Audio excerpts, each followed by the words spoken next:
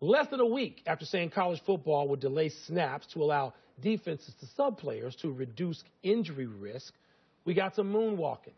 Facing increasing opposition from fellow coaches, Troy Calhoun, the Air Force coach and NCAA Rules Committee chairman, backtracked from his original position, saying there would have to be something empirical to show such risk, and thus make the change that would favor defense.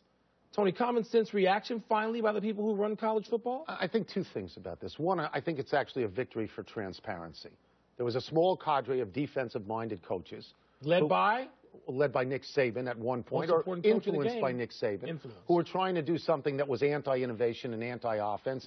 And when it came to light, and the media pushed hard to bring it to light and influence coaches, that people stood up and said, hold on a second, this doesn't sound like a great rule. I think that, and I also think, from mentioning Nick Saban, it's a defeat for Nick Saban.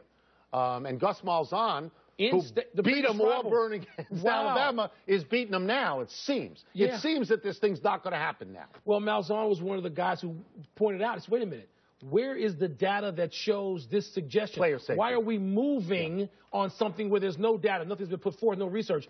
And so, yeah, maybe it's a minor defeat for Nick Saban. It's not like he's not going to figure out a way to get around this. Now that he's not going to have the 10 seconds to get his defense on the field. He's not going to be able to get around the rule, but he's going to. He's got a better team than everybody else. He will figure out what to do with his defense. He's a great coach. You know what he'll do? He'll recruit 8 new guys for next year who can stay on the field through every snap, and it won't matter. Yeah. Well, I mean, I think this is one of those rules. College football is flourishing now, in part. There's a lot of reasons, but in part because they have this wide open. Some teams have a wide-open offense that people want to see, because that enables an inferior team to stay closer to a superior team. You mean defense and running? You can't stay close with that if you don't have that?